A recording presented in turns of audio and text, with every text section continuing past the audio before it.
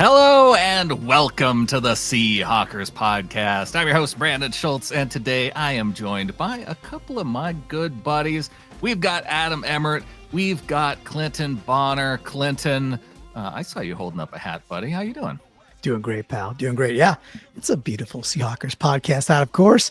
I think I'll rock this tomorrow. I'm going to the beach tomorrow, guys. So we're recording this July 3rd. Tomorrow is, of course, Independence Day.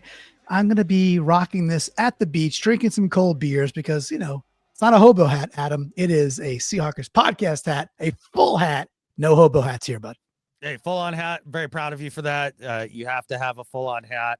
I do question your choice to go to the beach.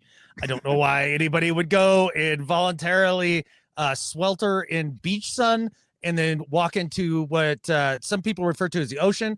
I call it the death tidal pool. You just walk out there, something eats you, and then you're dead and you're gone. I'm going to hang out in the mountains, Brandon. I imagine you're not going far from good old Kalispell. I'm actually traveling on Independence Day. My oldest daughter and I are going down to Missoula for the Hozier concert. Oh, Sweet. Nice. Yeah. So should be fun. A happy July 4th and 4th of July weekend to everybody who is tuning in. I hope everybody has a blast and comes out of the weekend with all your digits.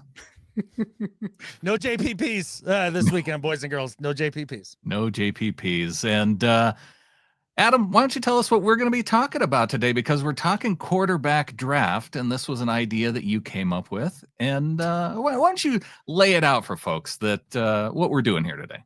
All right. So we were just kind of trying to figure out, where does Sam Darnold fit in the tiers of quarterbacks for most Seahawks fans, or at least for us three, as we're looking forward to this next season. And I'm sure you guys saw the list. It's list season. Here we are. It's July. It's list season. Sam Darnold ranked, 26th on PFF's quarterback rankings list, which that's a ranking a little one could unfair have. Since they put quarterbacks who are they put all the young quarterbacks ahead of the veteran quarterbacks, and we're like, I don't know about these guys, but we'll just throw them in the middle.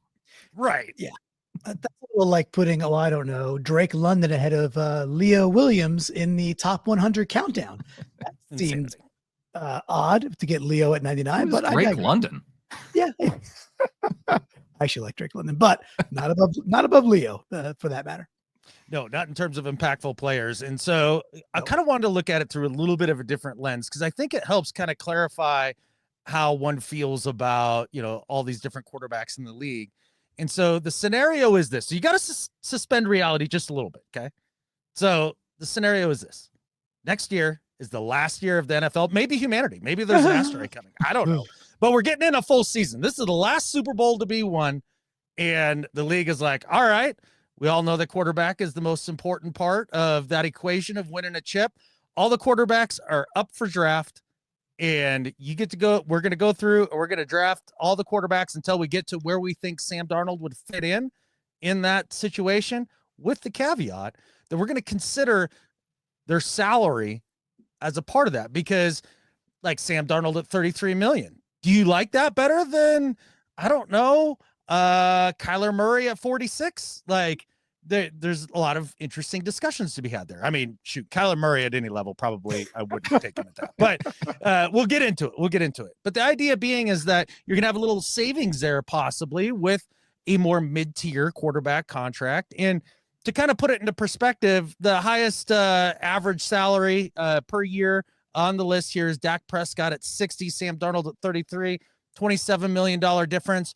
What do you guys think on the roster? Does that make two quality players that you can sign then, because you have that extra cap space? Does that feel about right at 27 million, about 15 to 20 per player? Yeah, because if you're in the scenario where, assuming it's the end of football as we know it, I would assume then we're drafting other positions after this. It's just that for the sake of our game, we don't care about those other positions. We only care about quarterback right now.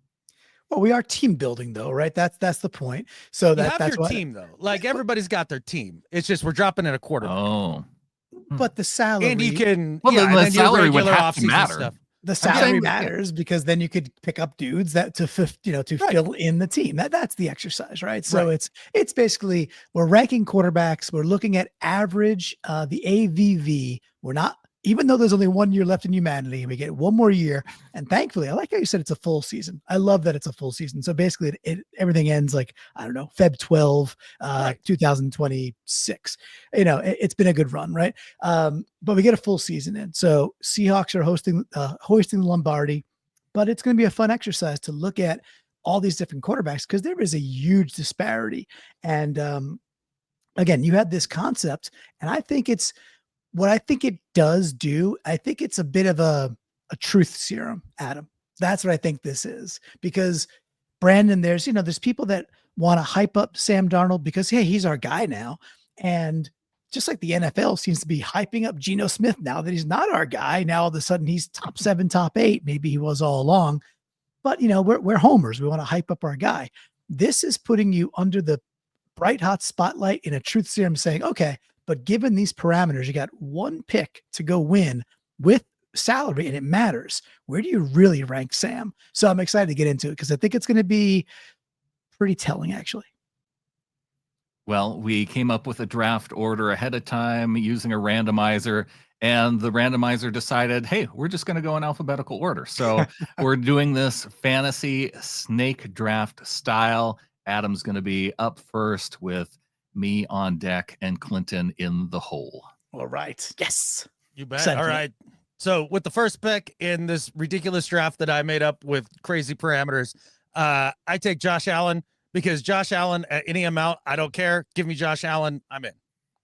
Josh Allen first off the board. And this is me typing. What's the salary? So $55 million for the year.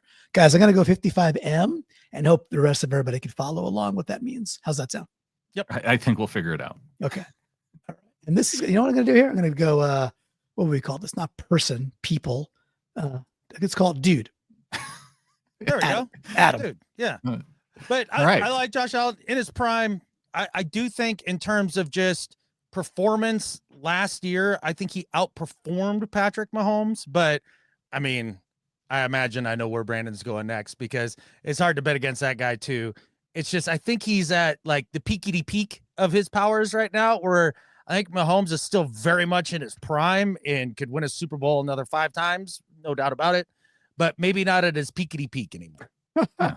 Well, I appreciate you leaving my number 1 pick on the board, which is Patrick Mahomes, because if we only have 1 year, I am putting a premium on championship wins. I'm putting a premium on playoff wins. And really at this point, that salary portion of it doesn't matter a whole lot to me. And really, I mean, the amazing thing is when you do take salary into account, this is the one thing about the salary cap that is kind of wild, because if, say, for instance, you got rid of the salary cap and you're going to make owners pay for 1 season and knowing that you have to pay whatever the market rate is, I have to wonder what would Patrick Mahomes' market rate be if in just that 1 year scenario. I think it would be significantly more than 45 million, which is what he's set to make, Clinton. 100% it would be. I mean, you got dudes on the board right there that are significantly higher than that. And if there was the asteroid scenario and there's no Bruce Willis or Ben Affleck for that matter, or the other one with, like, I believe Taya Leone, then, he's going to be probably the most valued quarterback. I would still take Allen at this point of his career because of what he does also on the ground as the number 1, even with the $10 million discrepancy. But guys, I got to tell you, my pick is brought to us by somebody. You ready? So I get the 3 and the 4. I get the turn. You know who our turn is brought to us by? Rocky 2. I wish it was Rocky 2. It's not. It's brought to us by us, right? So Seahawkers podcast, you got to you got to subscribe. It's so darn simple. YouTube.com/Seahawkers podcast. Get out there, help out, enjoy the 4th, and give us some love. All right. So we should sponsor our show more often. I don't see why not. Yeah. I don't see why not. All right. So we are back to presentation mode. Nope. Let's go here. That looks better, right? That looks better. Sure. Which one? Which one? Whatever you want. This one's bigger. Yeah. There you go. Do that. This one's bigger. Okay. Well, look, I get the turn. So this makes me happy, guys, because I get to double dip. And this is why we were arguing before the show. Should we do snake? Should we not do snake? This is before I knew I had the 3. stuck my foot in the ground and said, guys, we got to do snake. And the reason we got to do snake is because at this price point, the pick, I got to scroll, guys. I got to scroll. I got to keep scrolling. And I got a circle for $9.4 million. I'm thinking Jaden Daniels, guys. Give me Jaden Daniels and then give me against what you guys have there. Let me roster build with Jaden Daniels because he is just that good. What did I say? 9.4 million, right? $9.4 million. I'll pause there before I take my turn. But guys, what do you think about that? And we talked about, hey, if 17 million or so is two players, Adam, what do we got there as a gap, dude? $45 million in change gap for 1 year. What do you think of Jaden? Yeah, so 3 to 4 quality players that you can add to your roster at that point. And I totally get the logic here. And Jaden had an outstanding rookie year. I mean, nobody can take anything away from him there. I think the only part of this where I wonder against some of the other selections on the board, I would still definitely take him over Sam Darnold here at 4. But there's some uncertainty regarding what year 2 is going to look like. It was a great 1 year. RG3 had a great year in Washington. And now RG3 can't even host a color commentary on a show. So there's a little bit of unknown there. There's a risk factor in there that maybe there's other guys on the boards that you know will give you a certain level of play for sure. A little bit of risk, a little bit. I don't think there's much, to be honest. I think we saw enough from Jaden in year 1, and RG3, poor RG3, got literally eaten up by the turf monster and blew out all these CLs because of terrible ownership that they've now corrected. So thank goodness for that. All right, so I'm going to go with the turn here. There's 2 that I would take. I think this is tough. They're right around the same thing. I like him better as a quarterback, and that's that. Joe Burrow. So I like Joe Burrow better. I'm not going to mention who it is against. It's probably obvious, but I don't want to give it away. I'll take the lump. I'll take the hit, the money, the whole thing already. And this way I've got a rookie upstart, and I've got who I think is a top 3 quarterback in this league who could pitch to 1 any given year and certainly any given Sunday. Brandon, what do you think about Joe? Yes, Joe Burrow definitely in my top 5, and it makes a lot of sense. It there are guys that I think that I could see why you struggled with this decision, because really after the top 5 is where it starts to get a little bit tougher. Putting salary into account here, I like Joe a lot. I just there are a couple guys that I might like a little bit more. No, there's only one guy who I'd like a little bit more, and so I'm glad that I get to pick him next. I'm assuming his name rhymes with Shmamar Schmaxon. It is actually not. You may have given away the guy that you wanted. No, you guys keep taking quarterbacks who have not won championships. I will take my Boomer Sooner quarterback who has won a chip, and Jalen Hurts. Wow. Wowzers, because that is not a cheap. It's not like Jalen Hurts is cheap, right? So, Adam, what is Jalen Hurts costing Brandon at this point? Jalen Hurts is costing Brandon $51 million. So if you were to go Sam Darnold over Jalen Hurts, I mean, what is that? That's a $18 million difference. So at least 1 real quality player, maybe 2 pretty good players. Here's the thing about taking Jalen Hurts here. He has to have a perfect setup around him. I really do feel like he falls into closer to the Sam Darnold bucket than the Patrick Mahomes, Josh Allen, Jaden Daniels, Joe Burrow's bucket. We saw that last year with a fantastic roster around him. He's only asked to make a couple throws when it really counts. To his credit, he made them. But boy, with 1 year left to lose and knowing that I have to absolutely nail the rest of my roster going into that season, that's way early for me. Yeah. Well, good. Brandon, defend your guy. Oh, I mean, I think I made it pretty clear. Like he's the one guy who has proven it, and that's why it's so difficult for me to pick some of these other guys, even with like he beat Jaden Daniels in the championship game, and yes, they had the team all around him, but that do you think Eagles the team, the Commanders Eagles team is roster still or the pretty Eagles stacked even- too. Do you think the Commanders roster and the Eagles roster were even close? No, but what roster are we looking at building here? If I'm drafting the quarterback, do I also get to draft the Eagles? I don't know what we're doing here. No, you don't get the Eagles. You get No, him as you're a the quarterback. Seahawks. You're the Seahawks, Brandon. See, okay, I'd still pick him. Look, Okay. I've been Here's on the the record. thing: Jalen Hurts in those situations, when you're talking about short yardage situations, you know that he's good. Yeah, he's proven it. I don't Eagles' know offensive what else line to is say good in other than that he short has yardage. proven his ability to do the things to win in the playoffs. He's good. Jalen Hurts is And- good. I think Adam is the low man on the totem pole for a couple of years now with where Jalen Hurts is. I think I was actually probably high man throughout the different years. I think Jalen Hurts is damn good. It would not be my pick there, but that's fine. But Jalen Hurts, and by the way, there's 1 year left, and the tush push still exists in this 1 year left. So another reason the dude benches, 900 pounds, and away he goes. Is he I as like good Jalen. at the tush push on the Seahawks? Maybe. Sure. Let's go. Sure. I don't know. Exactly. I don't think so. I think that's much more a product of their offensive line than it is about whatever quarterback would I be think back he there has something doing. to do with it. I'm not saying it's a 0% thing. I'm saying it's like 80% offensive line, 20% him. Well, Adam, something juicy is left on the board for you. Yeah. Who do you think? Who would you want to see if you could quarterback for our Seattle Seahawks? It's slanderous that Lamar Jackson is still on the board, multiple time MVP. It's not his fault that his offensive coordinator forgot to run the ball in the playoffs. That's not on him.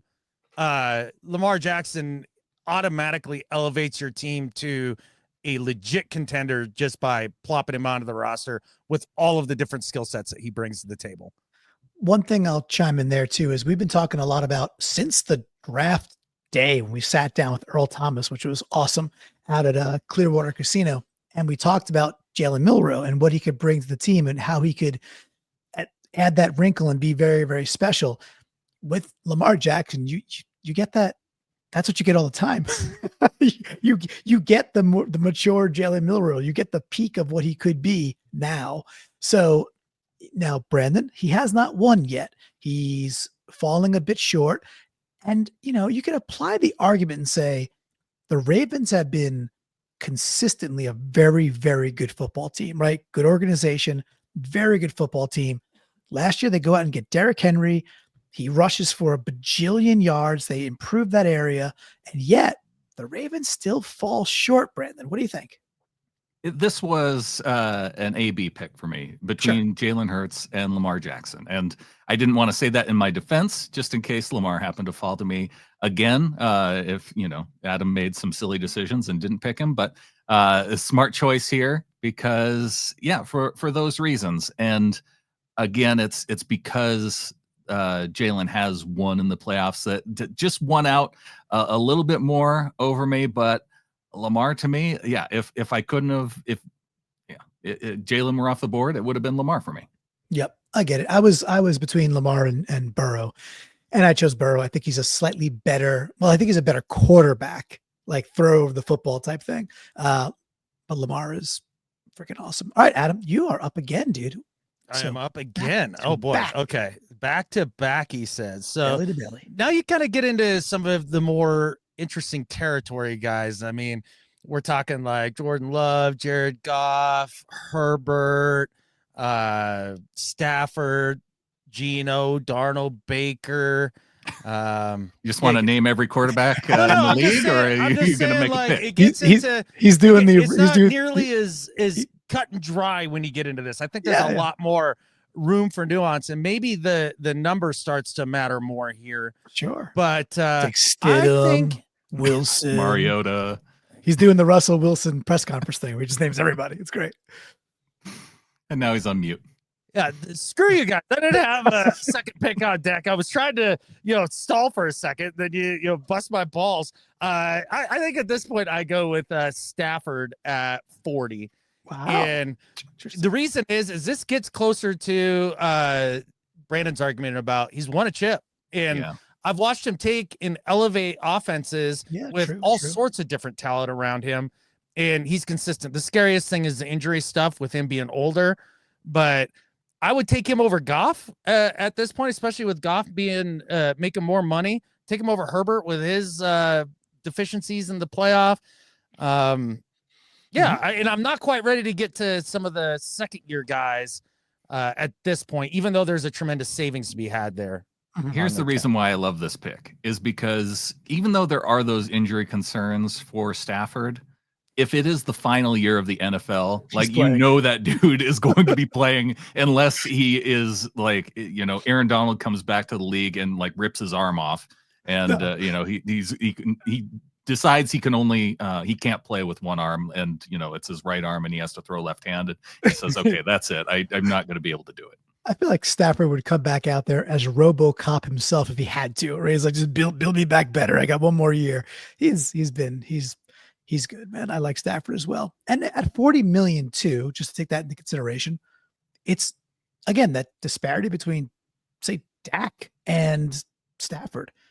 That's a lot of Scott back in your pocket. One or two vets or one blockbuster offensive lineman that you can go sign because of that $20 million discrepancy. So I don't hate it. I just hate the Rams. That's all. Understood.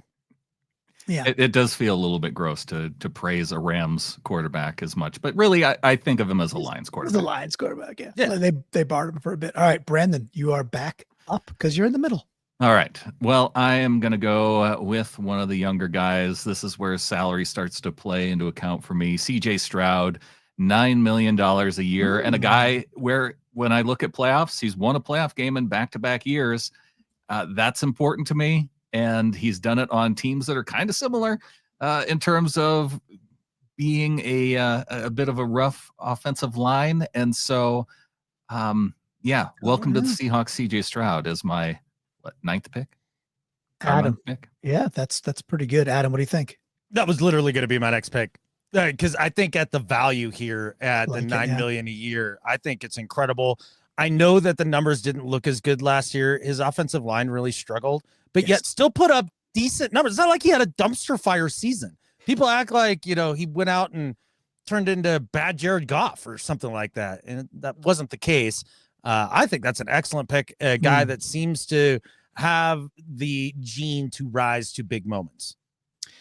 I like CJ at $9 million. It's a very square deal, Brandon. So, not to say you snubbed me there, but you snubbed me there. So good for you. You can tell I'm going real deep. No, I am not taking Shedeur Sanders, even at that dollar amount. Okay, so I'm back up on 2 and 2, a little Chuck. I'm curious with either of you guys, if you would consider at what point, well, and maybe we'll get there. Do you consider a guy who was just drafted this year? Right. I don't know if I can get there. Before I get to Sam Darnold, because that's kind of the point of this exercise. Right. I don't think so. No. Okay. Nope. I agree. I'm in the same boat. Okay. So there's some decent players at the top, depending on what you want to spend. There's no way in hell I'm taking that guy. Or that guy. I'm not taking that guy. And that guy's pretty much dead. Okay, there's 4 guys I'm not taking. So see, he just names all the guys. He just doesn't use their names, and that's okay. Okay, that's called holding the cards to the vest. Boys. Well, that's Clinton's also doing his thinking of which is his first pick and which is his second pick with the snake draft. You wanted this, Clinton. This is completely on you. I did. I wanted this on the wall. Okay, I think I got my picks. So I'm good with it. They're super close for me. They're very close for me. Man, they're all right there. So see, I think this is good. This is good. I think I'm taking Baker. I think I want Baker. I think I want Baker. I like the price point. I think there's some other quarterbacks that are literally right around him, or figuratively right around him that I think are very equal, but taking in salary consideration, I'm like, all right, I could use some extra dollars. So I'll take Baker first. I'm going to search for my second. Any commentary? Brandon, you've been a Baker guy more than everybody else. So are your feelings hurt? Yeah, he would have been there for me. I was kind of hoping that maybe it would snake around to me and I'd be able to pick Baker, because we are getting to the point to where the money and the playoff wins are it cancels some of those things out. Baker has one, which is when you look at some of the other guys in this money territory, which is Gino Smith. When you look at Gino, Sam Darnold, Baker Mayfield, Baker's the only one of those three guys who's actually won in the playoffs. Yeah, that is all true stuff. All right, so we really have to assume that the Earth ends on like February 12th or something like that. Like, yeah, that's it. This 1 year, 1 year. Yep. That's it. It's over skis. So the future doesn't matter is the whole point of that. Yeah, that's tough because there's some dudes that I want to take. It might snake back around to you, Clinton. Yeah, are you yeah, thinking that we aren't going to make it to your pick again? Yeah, that's true. That's true. We may make it back. Okay. Doing this, I think Clinton and I get way more picks than Brandon. Do you? I don't think so. I don't know. Like it's a lot of math. I hate to go safe, but he's good. You know, man, that's tough. They're right there. I'm gonna spend a couple bucks. I'm gonna don't hassle the Goff, guys. Don't hassle the Goff. I'll take Jared Goff. He's a good quarterback. He's proven it. Yes, he needs kind of a system to kind of be really good, but I think he could come to Seattle in a similar type way, have similar style like Amon-Ra, JSN type things going on. I think Jared Goff could succeed in Seattle. Can he get over the hump? That's to be determined, but I'm not sure there's dudes left that are like surefire, can get over the hump. But I know Jared Goff is good, and I know he's good under center. And I know what Kubiak's going to want to do. And I know Kubiak's going to want to run digs over the middle. And I know Goff could execute that kind of offense. So for those reasons, Goff is my guy. What do you guys think? Adam, what do you think? Yeah, I would have had Goff instead of Mayfield. That's where I would have put him. Because if you do look at it, he has been to a Super Bowl. He's been to an NFC Championship game. Yeah, true. He's won playoff games. And he is a little bit more system dependent than maybe some. But is it Baker and a dude or Sam Darnold and a dude over Jared Goff at 53? I don't think so. I think I'd still go with Goff there. But you're kind of getting into the Baker range here, so I don't hate that one either. All right, I like it. Yeah, with Goff, plus you get to put him back with Cooper Kupp, so that would work out all right too. I like that. Brandon, I like you, and you're up. All right, this is getting tough for me because of the playoff game winners that are left, it's essentially Brock Purdy, Jordan Love, Dak Prescott. I think those are the three guys with playoff wins under their belt. So that leads me down the list once again to our young quarterbacks and a guy that I think that the difference, and plus from what we've seen from him in year one, and then that ability to maybe get two really good players within that salary cap, I would go Bo Nix. Bobo coming off the board. There he is. So under 5 million, handsomely under 5 million, 4.6 million. So Bo Nix. Adam, that must make you at least a little bit sad. It does, because I get out of my head with your guys' picks here. That was the next one up on my proverbial board. And I love the pick because we saw last year that Bo Nix led a team to the playoffs, and it was a subpar offensive roster. Good scheme. And that's something he would be dealing with here in Seattle. There's questions about the receiver position outside of JSN. Like, can Kupp stay healthy? Is MVS a guy that you can depend on in the vertical passing game in, game out? Maybe. But the Broncos had nobody. They had Cortland Sutton. And I don't think he's a true number one. And Bo's got enough with his legs to get things going, and with a good system to execute, which is what he's really the best at, is executing a system. I think he'd be excellent at that price point. You get 3-4 more dudes to add to your roster.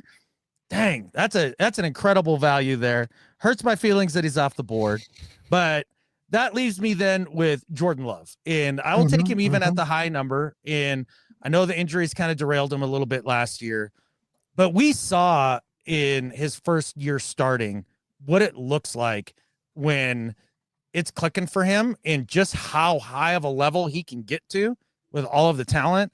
And I'm a lot higher on him than, say, Herbert or some of the other guys that would be like even Gino or Darnold left on the board at this point. I'm going Jordan Love there, which I guess then leads me to the next dude.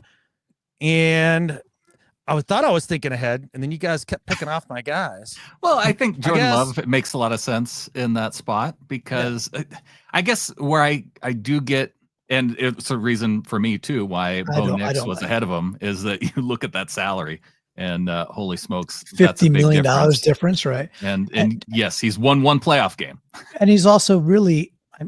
I know you're a Love guy, and you were out ahead of that, Adam. So you deserve the kudos that you recognize the guy who could play some football. Where there are points where I thought he was an absolute disaster. My biggest challenge with Jordan Love, parts of last year, but the year before absolute disaster. No. Parts of last year. The year before that, the first half of the year was like this guy's cheeks, and then he turned. Then he became. It's very Jekyll and Hyde. That's my problem with this dude, man. He's put together, in my opinion, 2 good halves of seasons, like 7 to 9 games. That's a lot separated, and that might be injury derailment. That's, to me, that's like, what else could really, really take you out of your game that badly? But like 2 years ago, he was bad the first half of the year. Then he was great.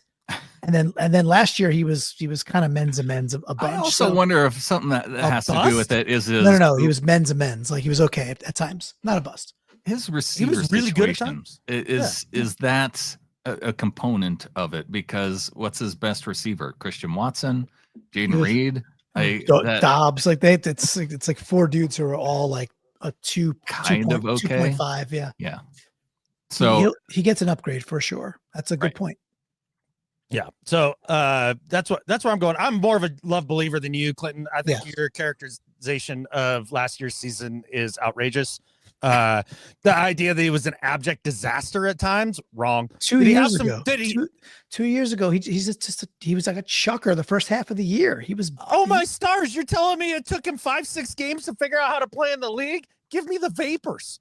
And then that's not going to bother me. And then he was really good. He had a couple clunkers, and he had some really good games last year, and he did deal with some injuries. So again, I think your characterization of that is absolutely outrageous. But with that said, I think at this point, as much as I don't want to, God, and the number's just stupid.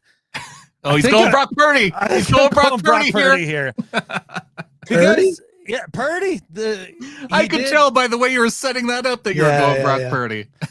I mean, I would never have paid him that number. Like, let's just first and foremost. But he has proven that he can guide a team deep into the playoffs. He's done it. Like that, you can't take that away from him. It's gonna put this like in brown, and that's just it. I like Herbert a lot, but he's just a giant meltdown every year in the playoffs, and that's the only reason I can't get to Herbert at this point. I'm just the putting turdies. You giving it the turdy color? I put it in like a 30, like a real rusty brown. Yeah, deserves that. I love it. I was hoping that you would take him off the board for me because I didn't want to have to go there next, Adam. So thank you for that. Yeah, well, you're welcome. That just shows like my sports hate for Brock Purdy. Again, separate from personal hate. Like he seems like a fine young man. Sure. My sports hate for him is super high. Screw that dude on the football field. Can't stand him. Look, he's a little less Jordan Love than me in the sense, a little less of the Jekyll and Hyde. I've seen Purdy play pretty darn good football, right? Consistent, on time, doesn't have a huge arm, but often it's like he has enough arm and that's all that you need. But I've also seen the warts with Purdy that people get on Goff for being like, oh, he has to have the perfect system, blah, blah, blah. Like you pointed out, Adam, He did really well in LA and then went to Detroit and has done nothing but good stuff, right? Yes, 2 different systems, 2 good systems. I get it. But I've seen Purdy wilt pretty quickly when things were like not so good. So Yeah. I don't know. I've got a couple picks on the board that I'm like, at 53 million, I don't believe in that dude yet, which makes me happy because I hate the Niners. So I'm fine with that. But would we all agree that we would take him above Sam Darnold in this 1 year? I don't know. That's a lot of money. Because this is where we get to the Yeah. if there's one veto of the 3 of us, then he's off the board. So I had him above Darnold on mine. I But it didn't felt do gross. it. And like I said, I didn't didn't do want the to. I didn't want to have to take. I didn't want to have to do it. So I'm glad you did it for me. I did not do homework. All right, Brandon, you're up after that disgustingness. Well, the cost, I could see why you were struggling because Justin Herbert, when you look at that 52.5, and yeah, that's you characterized it as folding, but you look down the stretch last year and like all of his receiving options were hurt. I think he had Lad McConkey to throw to. That's good. It was good, but that was like the one dude and nobody else. And so like the defense knew, hey, if he's going to go to a reliable receiver, he's probably going to be throwing it to Lad. And so I give him a little bit of grace last year. And I think he has that little bit of upside and youth that I would like a little bit more. Even in 1 year, I'm going to go Justin Herbert. Okay. He had to go off the board. I think for me, guys, I think he gets a little bit, it's one of those things where it's like he's flamed out at certain points and had some national TV bad outcomes is how I'd frame it. And with Harbaugh, they clearly want to run the ball a lot and run the ball often and run the ball first. I still think Justin Herbert's a pretty good quarterback. We know when people talk about a guy who can make all the throws, we know there's not a lack of God-given ability there. The guy can make all the throws. And at certain points of years, he's been absolutely unstoppable, like on fire, 3-4 touchdowns a game, just tearing teams apart. So if you got to go for it in 1 year, Brandon, I don't hate this pick at all. I like it a hell of a lot better than Brock Purdy. One thing that I love though, Adam, I can't wait to see what Clinton's going to do with these next 2 picks on the board. Because this can, we can determine Clinton's fandom here. Yeah, a little bit. Yeah, I do like his Herbert pick though, because the high end is super high end. And going into the playoffs last year, his interception ratio was super low, percentage was super low, and just had that meltdown again. So he can be a high level starter, and we'll just see if he can put it together. But it'll be interesting to see where he goes from here. Well, guys, I got really good news because my picks at the turn are brought to us by the Seahawkers podcast. So you should subscribe and hit the like skis, hit it out there on youtube.com/Seahawkers podcast. And I'm back. I had to stall there for just a second. So, GetInTheFlock.com. Yeah, do that too. Because this is fun. That was a lie. The Seahawkers podcast sponsors my picks. I don't know what you're talking about. This is a joke. All right. Well, look, this might break some hearts. And at the end of the day, I got to go with what I would really do. So I'll type it in there nice and slowly. Guys, I'm taking Gino Smith. I would absolutely take Gino Smith. And at the dollar amount that Gino is getting this year, which is 37.5, we talked about this. I think most of us were in the camp. I know, Adam, you certainly were, and I was, that I would have loved to have seen the Seahawks figure out how to keep Gino at something like this number, with the evolution that they're undergoing with Kubiak, with Benton, with a run first offense, with a fullback, and let him get under center and see what happens there. So I'll pause before I take my turn. This is obviously a big one. It's going to open some wounds. Brandon, are you? I don't know why you have to feel bad about this. It's just that our Seahawks general manager, John Schneider, is not playing for the one final season of the NFL on the earth. Like he has some presence of mind that the NFL is going to be around maybe a little bit longer than just 1 year. And so having Sam Darnold as quarterback for a couple of years may be a better situation than having Gino for one. Well, he let me off the hook there. Adam. I can't disagree more wholeheartedly with that. Like, the idea that, oh, well, John's looking towards the future. Well, then why would you pick a worse quarterback for the future? It just doesn't make sense to me. So I don't know, Clinton. No, I'm with you. I wholeheartedly agree with your estimation of why you put Gino there. Well, and also the price is good, right? And yet Darnold is a bit cheaper, but that gap is not too big, like $4 million.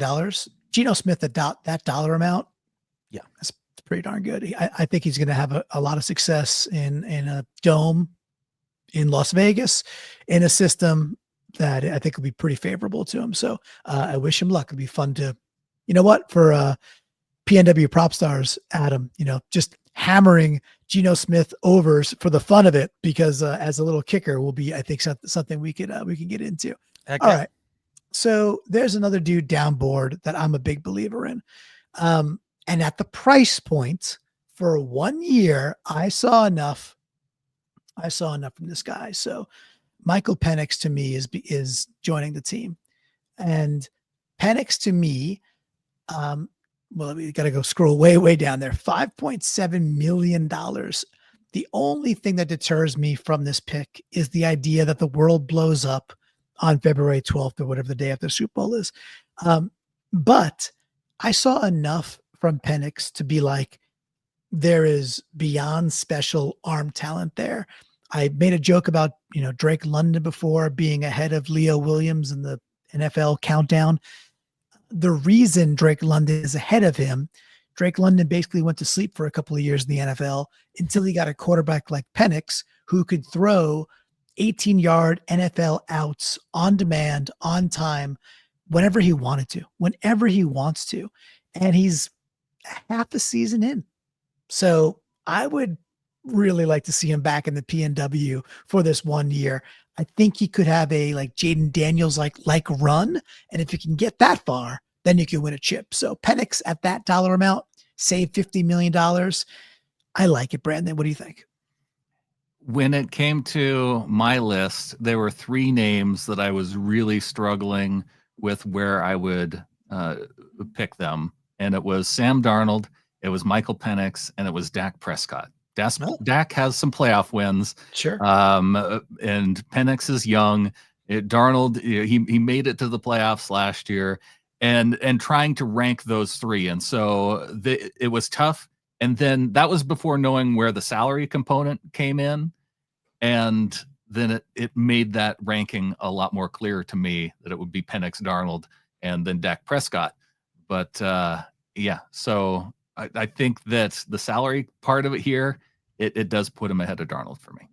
Okay. All right. Well, I know Brandon is up, but Adam, do you believe? I believe in Harvey Dent. Do you believe in Michael Penix?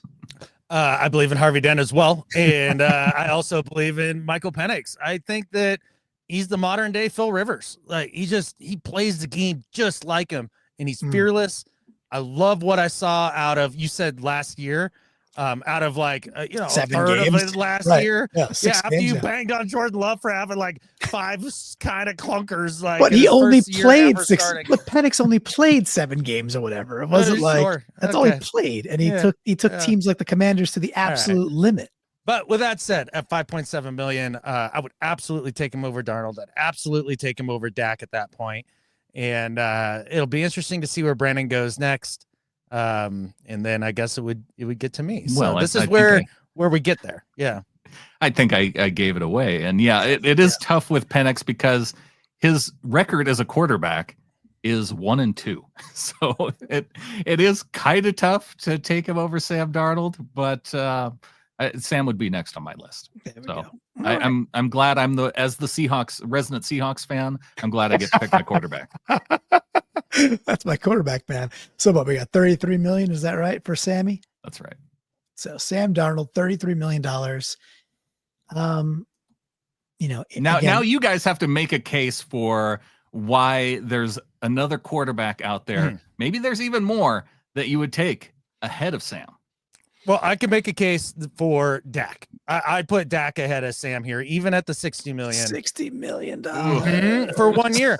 Look, Sam Darnold has done it kind of for 1 year. Wait.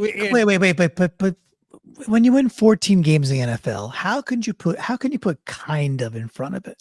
Like you watched the last two, right? When it mattered. I watched him get sacked 9 times. No, you watched the last 2 games when it mattered, right? He didn't play terribly the game before the last game, before the playoff game. He played okay. Then and then he played terrible against the Rams. He got sacked 9 times. They wouldn't block for him. I mean, sure. I think he played terrible in the who'd they have? Lions last game of the year for the bye and all that. He played terrible in that game. He played terrible against the Jags. He played terrible against there was one other real bad clunker game in there too. So like almost had a great year. He played great against the Cardinals in the last 5 minutes to bury them and come back, so like there was huzzah. Well, we do like beat up with the Cardinals. I've seen Dak Prescott play super high level quarterback for multiple years in the NFL and is just cursed with the corpse of Jerry Jones as ownership. I like that. And I don't think Sam Darnold and 2 dudes is better than Dak Prescott when he's right in dealing. Are you taking him here at $60 million? Yeah, I would. And I'd put him ahead of Sam. Like, I think this is where you can't draft him ahead of me. That Sam's my pick. This is what the discussion is. Right. Got it. And I think Dak gets hurt. There was like this period of time where people would rag on Brad Pitt because they were like, oh, he's too handsome to be a really good actor. Turns out he's just both, right? He's just both. He's extremely handsome and he's freaking awesome as an actor. I think Dak gets railed on because he's a cowboy, because he's living in Jerry world and everything is magnified there. What do they have? 7? I think they have 7 primetime games this year. And what did they win? 5 games last year? Is that right? 5 or 6? They didn't win a lot. And they're still getting like 7 primetime games. So I think Dak gets dinged kind of at the macro level. And if he wasn't in that environment, let's say he was just kind of successful in Houston or something like that, I think people would still be putting Dak towards the top 7, 8 comfortably. So I don't hate it. And I have a hard time arguing that I wouldn't take him over Sam Darnold. But $27 million, Brandon. That's a lot of Scott-O. You could do a lot with that in 1 year. And that's what I said. These 3 guys, the last 3 that are on the board, this is the area that I found myself in making those tougher arguments. And for me, it was just the money thing was too much for me to overcome. But and that was for the person who introduced the playoff wins as being a valuable part of this discussion. And congratulations for stating an obvious factor. Well I'm just saying that I didn't think about it. To be fair. I weighed that very heavily, and down here, like you would think that should have played in for me, but still took Sammy Bear. I still took Sam. Well, okay. So here are some of the other names that people would, I think, want to discuss that I think we all 3 wrote off, but I think other people might have anybody else that he had above Sam at this point? Oh, I don't know, but I mean, Adam's still picking. Like, we're not done because we got to Sam, right? So, like, I thought that's what we were doing. We're just getting to Sam. Okay, we're doing the whole thing. Okay. All right. So if I'm going from here, oh boy, it gets interesting. I think I'm doing Caleb at 9.8. Wow, really? Yeah, that's a shocker to me. Brandon, you? That's a little bit of a shocker to me, but he has enough tools, I think, to where you would say, especially if you're talking about Seattle being his situation, like he has that ability to move outside the pocket. And I think that of the quarterbacks who are left, that's probably the most mobile guy to where that becomes a benefit.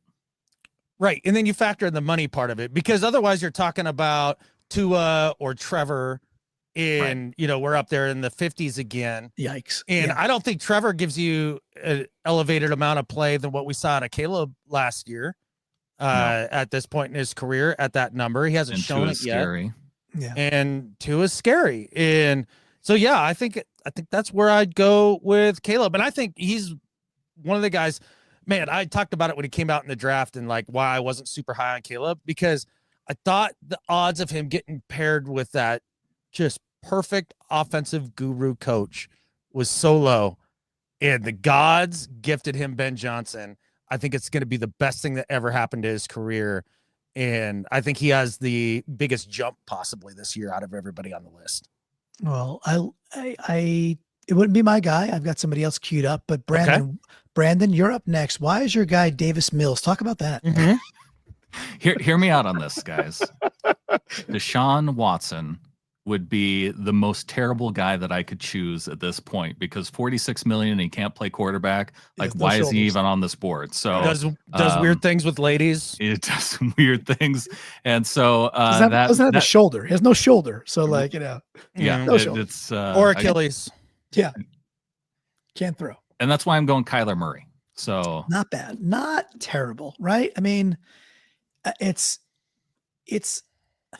the thing I looked at him. And he's competent at times, and he could scramble when he's healthy. If we're like, hey, we really want to try and win a chip this year, there's 1 year left, I just don't. I personally would rather roll the dice with some other dudes, maybe down. Yeah, you're going to take Aaron Rodgers next. I know. No. Rodgers. Daniel Jones. I do have two. So it's going to be sponsored by the Seahawks podcast. But but before we get there, Adam, Kyler Murray, 21st off the board. Pretty pricey. What do you think? Well, to be honest, I was going back and forth between Caleb and Kyler. And what it came down to me is that right now, what we've seen out of Caleb so far, their games are extremely similar, except for Caleb can see the field a little bit better, just because of the height. And he also doesn't fade after Call of Duty comes out every year. So that's where I came down on that. Plus you factor in the money. Yeah, I like it. If the end of the world is coming, Call of Duty probably not going to be released, and so maybe factor that in, that we get a full good year of Kyler. Oh, that's an interesting take. That's something. That's I've heard worse things out of your mouthful there, so it's not too bad. Okay, so basically these dudes are off the board besides Trevor and Tua, which I'm not really into those guys.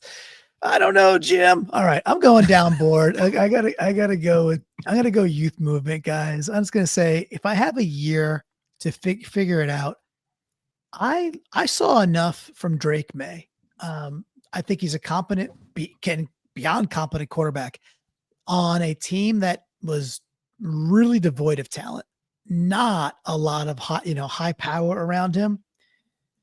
I think he's a pretty good quarterback, and he was good under pressure. His pressure stats are like above average for sure, especially for a rookie. So I would take Drake May. I would quickly follow that up, because we're getting down board a lot at this point. Oh, come on. Don't keep scrolling down. Hear me out here, Clinton. Let's close out your list this way. What do you need? If this is the last year of football, as a Seahawks fan, how do we not bring Russell Wilson back to the Seahawks and close out our final year with a former Seahawks? Well, we're not done. Enjoy the final year of football. We're not fully done here. I don't hate it. It's not a bad argument. We know he's going to throw the moon ball. That'll still be fun. But I will say about your Drake May pick there, and I just scrolled over his name and just had missed it. I think if I had a do-over, I would swap May and Williams. Okay. Me too. And I was shocked, I was aghast that you took Caleb because of where you had placed him previously. Yeah. And because we did the whole exercise 2 years ago now, and I knew how you felt about these two dudes, and Drake played pretty well. He played better. Yeah, I think and Caleb wasn't bad. Caleb had some pretty good stats, but he still bails on pockets. He still sees ghosts that are not there. And Drake May, I think, sits in pockets, works progressions better, steps up in pockets better than Caleb does, and is not always looking to kind of play hero ball. So that's why I put Drake there. I'm still going to do this. I'm taking JJ McCarthy. Okay. He was my favorite quarterback of last year. I think he might end up being the best quarterback in a very crowded group. I like him a lot. I saw enough. I just liked him in Michigan. Look, he led the world, college football, in third down completion percentage. And Michigan did not throw that often, which means when they were in third down and people knew they were throwing, he still led college football in completion percentage in third down. I think he's really good. The one game he got a chance to play before he tore one of his CLs, he looked awesome. So, get a little magic with that dude and give me back $50 million. Yes, please. I'm taking him off the board. Brandon, we're pretty down board now, but I'm not sure what we're going to call it, but what do you want? Fine. I thought we were ending the exercise at Sam. But I will make the play here. Then I'll say I was trying to get you to take Russ. I know. I take Russ here. You take Russ. Yeah. I would actually take Russ over JJ, just because of the unknown, and the fun of it. A lot of fun. And Drake may too, just because I haven't seen enough from Drake. I took Drake. Wow. Okay. Over him. Oh, okay, gotcha. Yeah. Just again for the nostalgia part. Like if it's going to be one final season, I want a little nostalgia in my life. Don't you want to win? But look, guys, it's not like Russ played bad last year with the Steelers. Steelers are they're not that good. Exactly. They do magic with Tomlin. They get to 8, 10, 9, 10 wins. They were not that good of a defense. They were not a explosive offense. Russ is pretty good. He was okay. So I get it. And I have a soft spot for Russ there, Brandon. So I'm with you. Yeah. But I still like my picks better. And once we got to Justin Herbert, we're not winning a Super Bowl anyway. So all right. Yeah. So why don't we do this? Okay. Are we done? I was going to say, is there anybody we want to keep on? Let's give Adam his final pick. Yeah. That way everybody is even. And we all have 8 picks each. Wow, look at you. I could not have done that. All right. Or is it not? I thought it was. I don't know. Adam, where would you go? I'll go Cam Ward. There you go. Okay. Yeah, with the rookie scale, I put him over Russ. Really? Okay. Look, because here's the thing. We do know what Russ is at this point in his career. In Clinton, you were talking about, he wasn't bad with the Steelers. And it's like, he wasn't good with the Steelers. He's a half a dimensional player now. He can't run. He can't throw intermediate. Yeah. He can check it down kind of sometimes, or it's deep shots down the sidelines. That's all it is now. And Cam Ward has the ability to do all of that. Now, we haven't seen it in the league and all of that, but if it was, I'm gambling because it's the last year on earth to try to win it, I'm definitely taking Cam Ward over top of Russ at that point. I think there's a negative 15% chance that you could win playoff games with Russ. Like it's going to be almost impossible because of just how literally half a dimensional he is at the position. I don't hate the dice roll. I really don't, because again, you're taking, he went first overall for a reason, and you're taking a risk on upside with the meteor is coming down on earth, and you're trying to win this year with what's left on the board. I do wonder, I think the cool exercise would be just to quickly discuss or scan and say, is there anybody without an order, is there anybody else left that we think could actually win a Super Bowl? So but before we do that, Jalen Milrow. That was not a bad pick. Not a bad pick. So Brandon, throw it out there. It's a Seahawks podcast. Yeah. Brandon, what do you think? What do you think? Let's put Jalen Milrow in there for the fun of it. Yeah, there we go. That's the way to close out this list with our quarterback, Jalen Milrow. My quarterback, man. There we go. He gets the action green because. But in all seriousness, like, these are the types of guys you're talking about. Would you take him over? Would you take him over Dylan Gabriel? I would. I liked him better in the draft process. I don't know if Brandon would agree, but Tyler Shuck, I'd take him over him. Who else are we talking Trevor about? Lawrence is still on the board. Right. I was going to say, on the board. Like Kirk Cousins is still on the board. Kirk Cousins is done. Let's review that. Right. So Tua, 53 million. Anybody want to touch Tua? Negative. Brandon? No. Okay. Trevor. There's some. I think there's more maybe for Jalen than there is for Trevor at this point, and then you factor in the salaries, and that's where I'm at. I mean, the salary is egregious. With that, I mean, this dude's basically been abused. Like what he's gone through as a NFL player is it's borderline abuse with like the types of coaches he's had, the turnover. It's just been bad, right? I mean, imagine if he gets actual stability and actual 3 years of learning a single system that works. I don't know. I think Trevor still probably has legitimate. Let's put it this way. Could Trevor be the next Baker, Gino, Sam? Yes. Absolutely. Yes. I'm not fully out on Trevor. I'm not. He's played for the Jaguars his whole career. Like, it's kind of like playing for the Jets. It's been really rough on him. And, he has not been great at times, but I think the talent's still there. So I think Trevor is interesting, even at the $55 million to say. Yeah, it's the money part. The right surrounding, though, it's like, all right, maybe he could do it. I think the talent's there. So I would put him above. Would you take Trevor or Nicky Mullins at 2.2? Like we're talking, because I mean he's the backup there. Like, is he even the best quarterback on the team right now? Yeah, funny. Anybody? I would take Trevor. No one's taking Deshaun Watson, right? No one's taking. Yeah, right. He can't play anymore. Right. No one's taking Kirk Cousins. I don't think at $45 million and backing up Penix. Still scrolling. Nobody took Justin Fields or Rodgers. No. Or I can make an argument for Rodgers because he still throws the football, well enough. But hence he wasn't drafted. No one's taken him. It's just the 42 part in coming off Achilles and all that stuff. Like, I don't know. Yeah, and there's no nostalgia there. There's no nostalgia. You would have to root for Aaron Rodgers. No, I don't want to do that. Yeah. Bryce Young, to me, I know, Adam, I know how you feel about Bryce Young, but I also watched football the last 6-7 games and watched Bryce Young be actually pretty good. So I would put Bryce in the category of he'd be very, very soon drafted if we were still going, but we're not still going. We're done. Can you close this out, please? I love how Clinton makes all of his decisions based off of 5 to 6 game stretches for quarterbacks.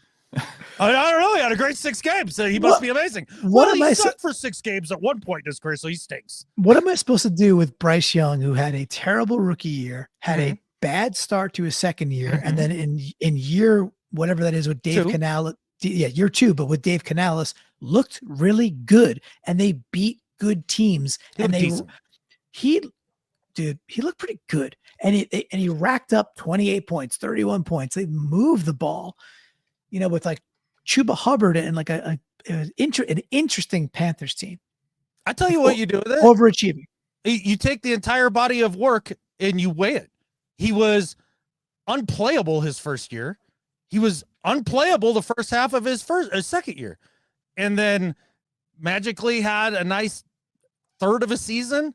Like he had like good 3 or 4 games. Everybody keeps adding extra. Like, no, he's really good for like 5 games, no 6 games, no 10 games. Before I know it, he's going to have had a great beginning of his career with the way that everybody talks about Bryce Young. Like, you take the entire body of work. He's too small. He has a noodle arm and he can't see the field and he's not fast enough to escape anybody. He's not good. He's Tua, but even worse. I'm not going to disagree with him. I got nothing. I got nothing. I got nothing. All right. Well, Adam, you came up with a fun topic for list season in July. And you know what, though? On the horizon, on the Seahawkers podcast, now that we're on our way out of list season, we're getting into Know Your Rivals season, Adam. We are. And this is one of my more favorite times because we can really let the irrational fandom stuff flow there in the sports hate flow. And this is a great time of year because everybody's high on their team that we can sit and talk all the shit about the Niners and the Rams and whatever other teams that's supposedly in our division. And it's going to be a great time. I can't wait. And I think with that, there's only one thing left to say. Go Hawks. Go Hawks. Go Hawks.